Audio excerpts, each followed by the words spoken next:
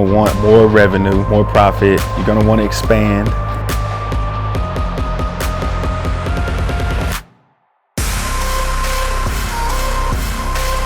So I read books every day about business, about changing your mindset, how to manage money. At the same time, I figured out, well, what's the long-term goal? That's when I'll be a true entrepreneur, where when they say make money in your sleep, like that's what they mean. But you can call me Plant Daddy.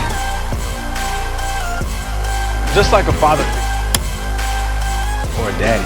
How's it going, guys? Welcome to another episode of Secrets of Silent Success. Today I have the one and only Gifton, also known as the Plant Daddy. How you doing today, brother? Man, I'm doing great. Glad to be here. Absolutely. So we can jump right into it? Yeah, let's do it. Awesome. So we know you're on this entrepreneurial journey, but you also had some experience in corporate America. I want to talk about two things, right? The first thing is, what made you want to make that transition? And were there some things in corporate America that has benefited you on your entrepreneurial journey?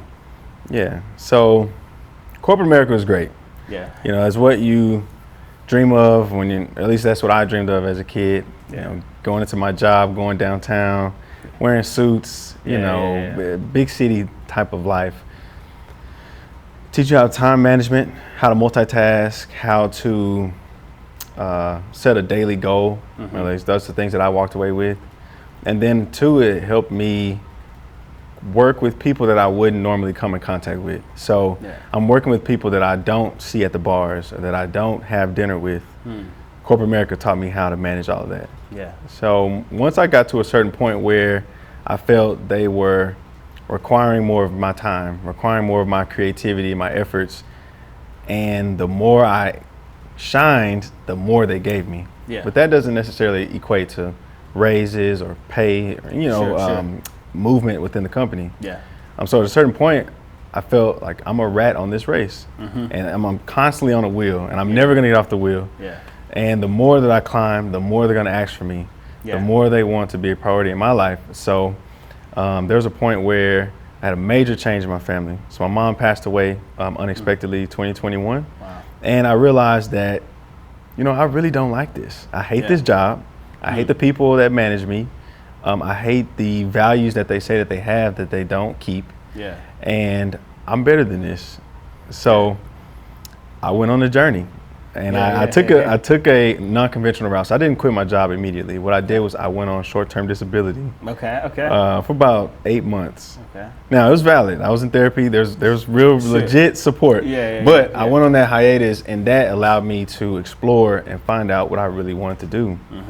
So I went through a few iterations. So I had a slingshot business. So we were renting slingshots. Okay. I had a translation business, so translating documents for like schools and businesses. Okay.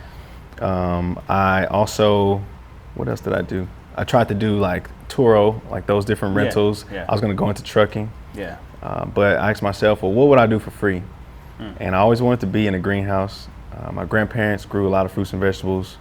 My mom was really big into like ornamental flowers and plants. Okay. So that's what I did. Yeah. So I started off doing flower arrangements and realized I didn't want to be a florist. So a customer called me one day. He said, "Hey, Gifton, can you put flowers in my yard?" I said, "Of course, I could do that. I've been doing that my whole life." And then that was the start of Plant Daddy.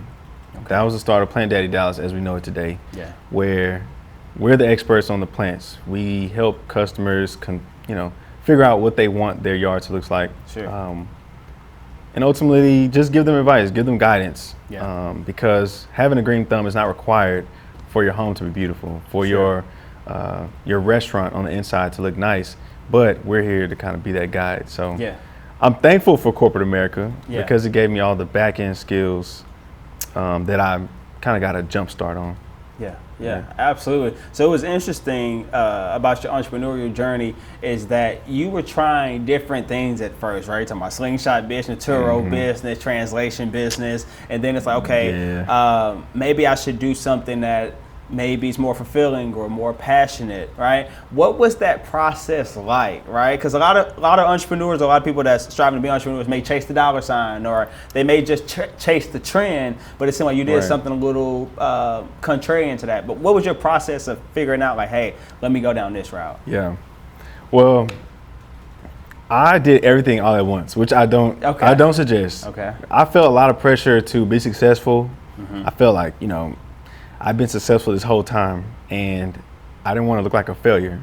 So I was reading books on books on books. I read books every day about business, about changing your mindset, how to manage money.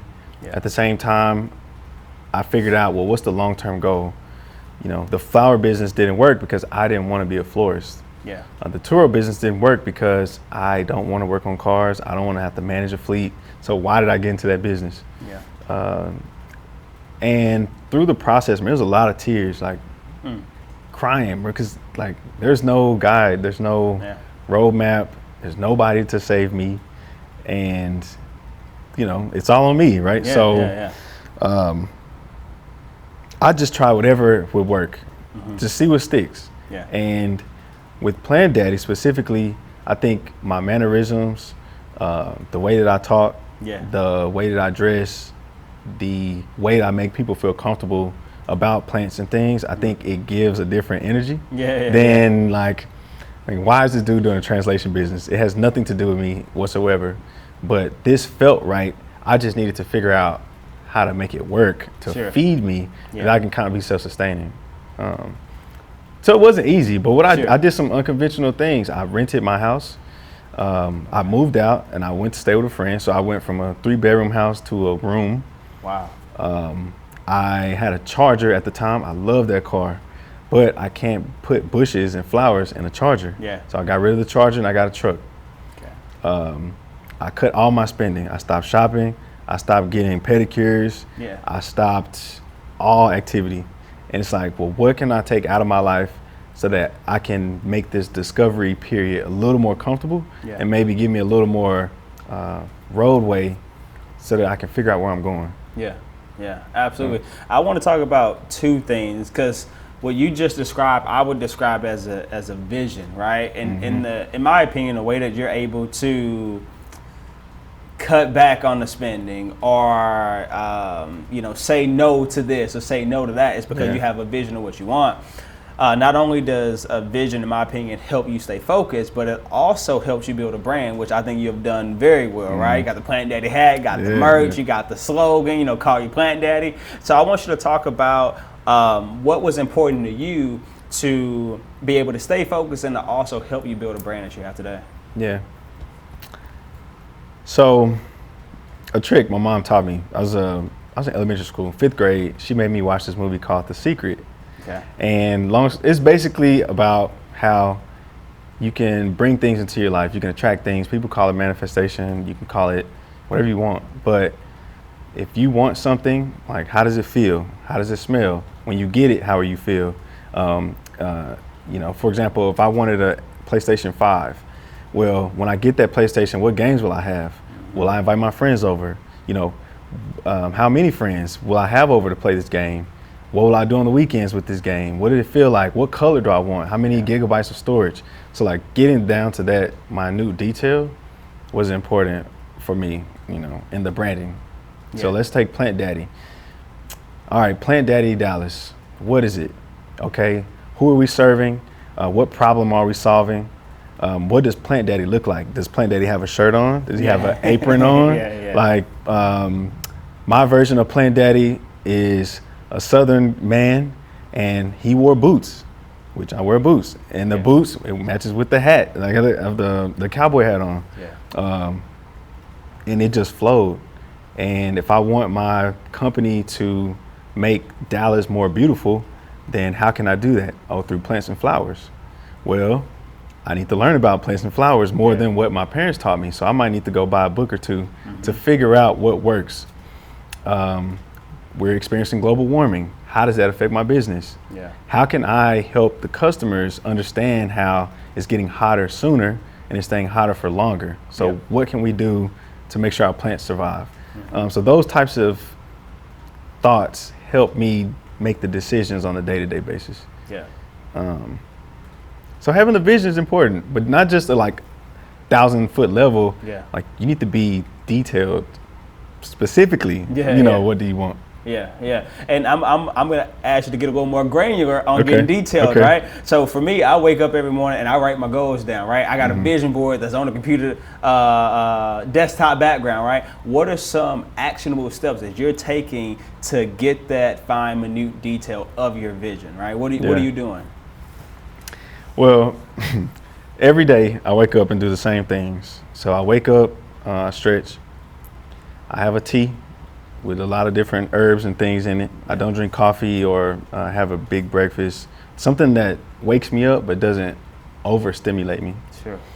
From there, I have about 10 things that I write down. They're very I statements, things that I'm grateful for, but they're things that I'm grateful for in the future.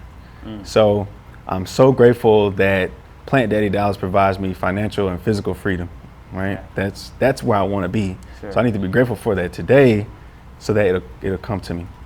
I'm so grateful and thankful that, let's say, you know, I'm in perfect physical health and condition. You know, my physical is in great condition. So that means I'm working out, I'm eating well, I'm going to sleep on time. Subconsciously, I am making the choices that gets me the things that I write down. And then lastly, throughout the day, I randomly say this as many times as I can think of. I say, I bring money to me in increasing amounts from multiple sources on a continuous basis. Yeah.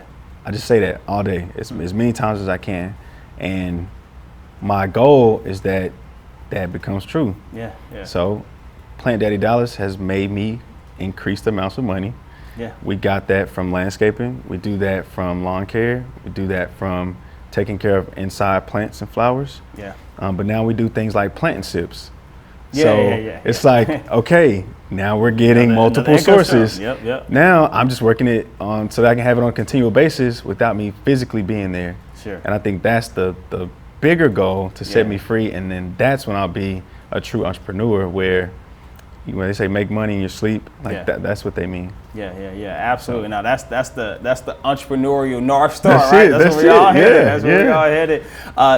Speaking about entrepreneurship, I know in the producing call you talked about the importance of stamina and confidence in entrepreneurship. What does stamina and confidence mean to you, and why is that, in your opinion, so integral to being successful? Yeah, because I think life it's not a test. There's no end goal. You know, when we go through grade school, there's always a test. There's an exam that's going to pass you to the next grade, or there's a graduation, or some type of ceremony that signifies that you're complete and it's time to start something else. Yeah.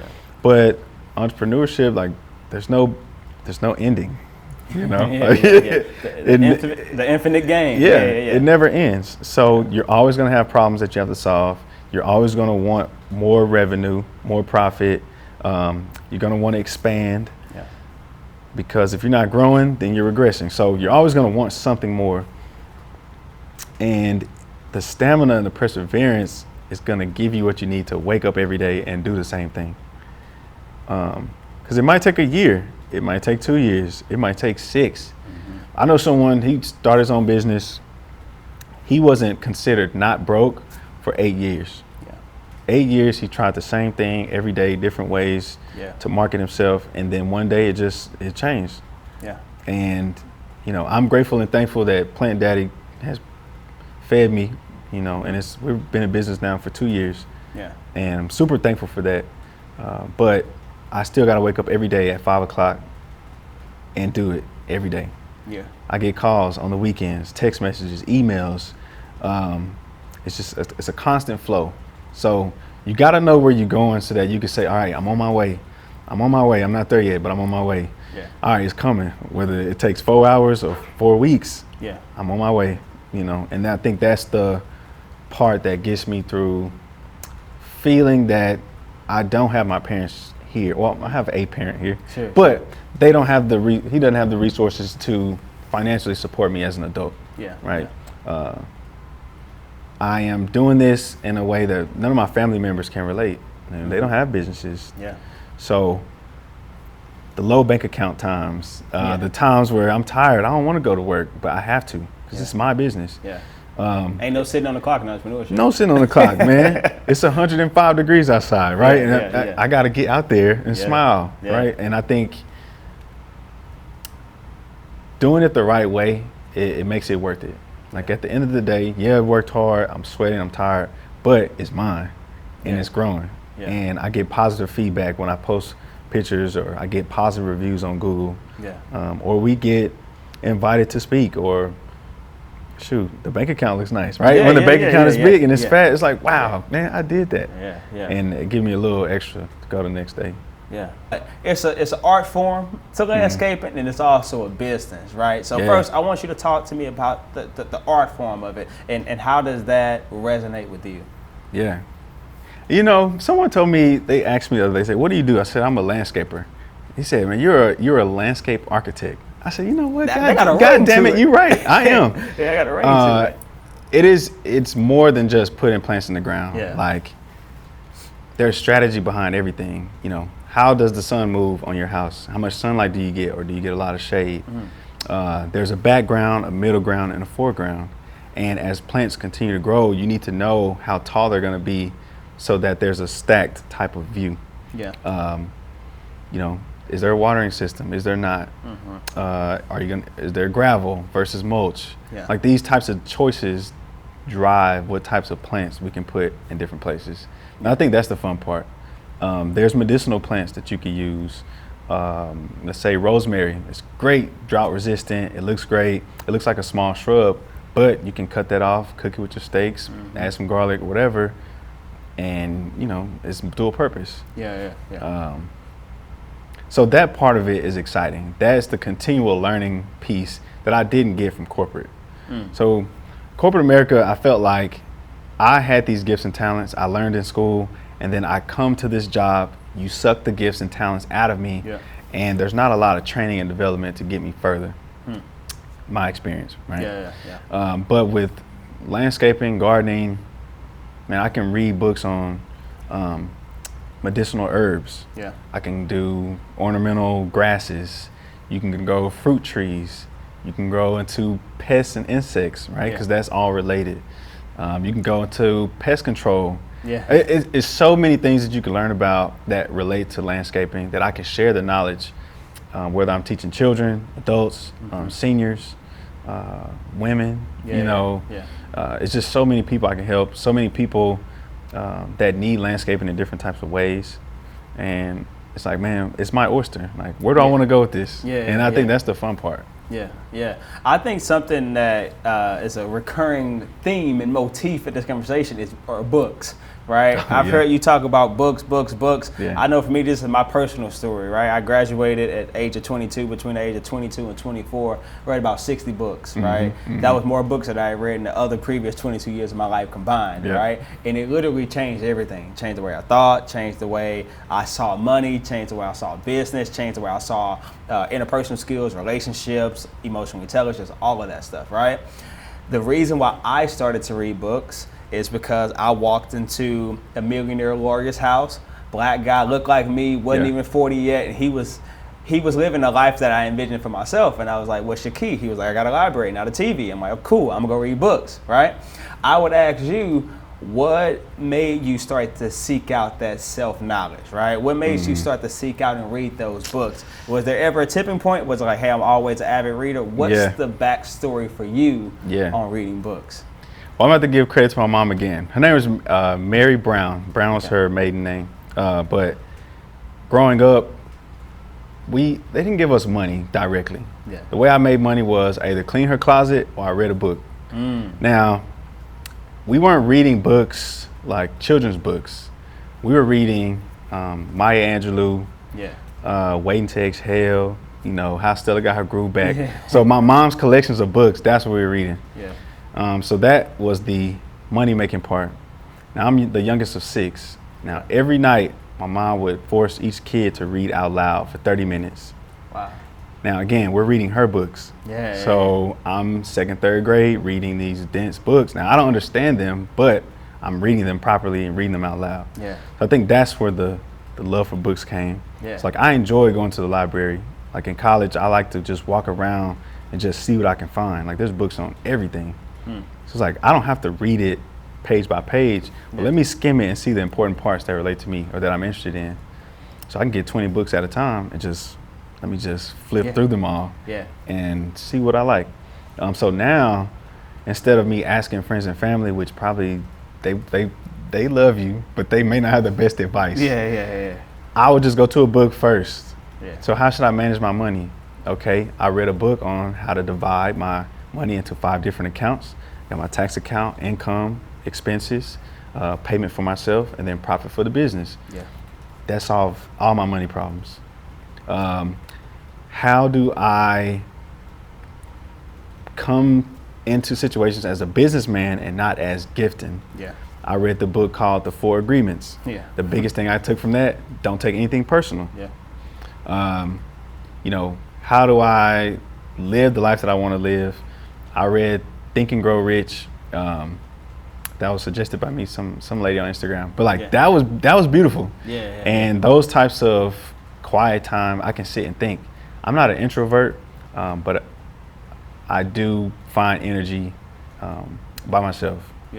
And you know, I get to think. I get to visualize in my brain what I want to do first before I just go out and start making decisions. So books never lie to me. Like I said, if anything I need to find, it's a book for it. So right now, I'm wanting to get into herbalism. Right now, I have like elevated blood pressure. I got a sister who has high cholesterol, and pills are not the answer. At one point, they had me on 200 milligram something for blood pressure. I'm not taking that. So I found something that works. So it's like, dang, God put plants and herbs and berries and things here for us to live off of. We just don't use them. So it's pretty insane. So right now, there's a leaf. It's called a miracle plant. The name of it is escaping me. But this customer of mine has one. I said, hey, do you know what that is? She's like, nah, I don't know. Is that a weed? No, lady. If you wrap this plant around a broken bone, it will heal your bone.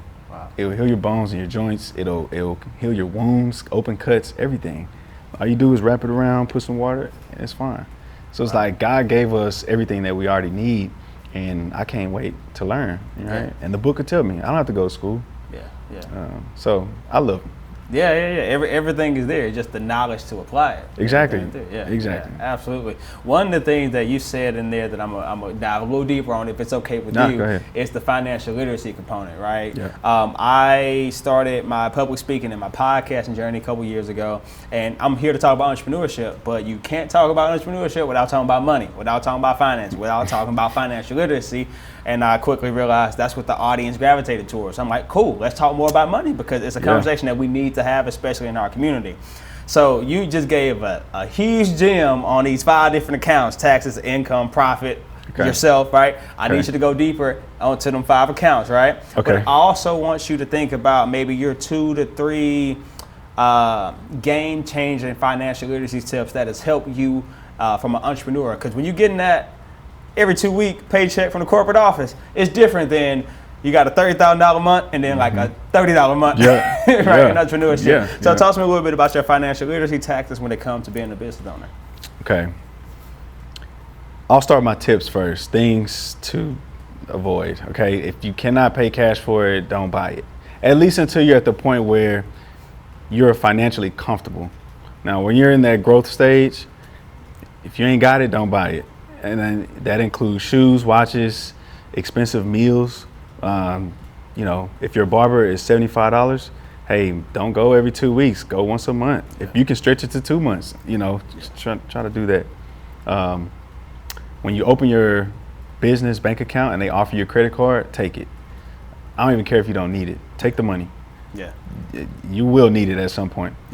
And then 3, when people say, you know, oh, you got it, or, you know, you try to keep up with the people around you, they're not in your race. So just focus on whatever you got to focus on. Ignore everybody else. If that means you got to wear the same clothes from 2 years ago, you're in your own race, brother. So that was it. Now, when it comes to business, I forget the book, but there's a specific book that I read, and it breaks down, for every dollar that you make, there's 5 different ways you should split that dollar. Number 1, it's called Profit First. Okay, that's the title of the book. So for every dollar you make, 1% goes to the company as profit, regardless. You have what's called owner's compensation. Now, for me as the owner, what percentage of that dollar do I want to keep myself? Well, I said 15%. So for every dollar, I get 15 cents. Yep. Uncle Sam, he wants 20%, but I said 19. Yeah. So I give every dollar, I keep 19% of taxes. Yep. I have my operating expenses, which is the remaining 65%. Now, the 5th income account is, I title it income. So all of my incoming money from customers, contracted work, it all flows into one account. At the end of the week, I reconcile and I divvy up the different monies. Gotcha. Okay, so that helps me see my operating account has this much money in it. I can buy new equipment. I can buy supplies. I can put certain dollars into marketing. Yeah. Or I have payroll. Do I have enough? Right. So like, that's the most important thing. My biggest problem when I first started, the first year, I had everything in one pot. The business bank account, all of it was one pot. So I don't know what's in the savings for taxes because I think I have it to spend, but I don't. I don't know what the business is profiting because it's all mixed together. So that Profit First book is really easy read, but that organization concept was new to me, and that helped so much. Love it. So this is called the Secrets to Silent Success podcast. So I would ask you, what is your secret to success? That's a good one. My secret to success is be good at one thing. The rule of one. The rule of one, people. Okay. Choose one business. Choose one service, choose one customer or target audience, choose one social media platform, and that's how you're gonna find success. Some people say the riches are in the niches. A niche is one form of a larger thing. For me, Plant Daddy Dallas became the only business that I had. We did landscaping, which means we started off with flower beds only. And that was it. Honestly, my name is Gifton. I'm with Plant Daddy Dallas. We renovate flower beds. So when people need their flower beds renovated, they call Plant Daddy Dallas versus Joe's Landscaping or Smith Landscaping, right? It channels people into the funnel that you want them to go. Imagine if I was doing slingshots, translation, flowers, landscaping. It's too many things to be successful at. But if I choose one thing, I can push that and I'll be known for that one thing. And that one thing will fund the next thing. And then those two things together will fund the third thing. And it's like, it's a snowball effect, and it takes a little bit of patience. And it seems like you're not moving fast, but you're going for longevity. You want distance. You want distance, not speed. You don't want to burn out. You want this to grow and to feed you for the long haul. And if you're good at one thing, you're gonna go deeper and you're gonna get better and you're gonna get more qualified to charge higher prices. And that's the part that I wanna be. I wanna be so well known for doing such a good job that I can charge whatever I wanna charge and people will pay it. And if they don't pay it, that's okay because I got a line of folks who will. I'm not your target. Or you're not my target. There you go. So I think it gives you a sense of ownership and like pride. When you think about Shonda Rhimes, right? She does TV shows. Imagine if Shonda Rhimes started like a restaurant. It's like, you could do it, but it doesn't. A lot of entertainment, a lot of restaurants. You can. It's like, but she made millions of dollars doing one thing. Oprah, she had the show. Like that show was it until it got to a certain point. Then she had the magazine. Then she had like all these little spin-off shows. So the power of one. Just choose one thing. We'll leave it right there, brother. I appreciate your time. We'll do it again sometime, brother. Awesome. Appreciate you. Thank you.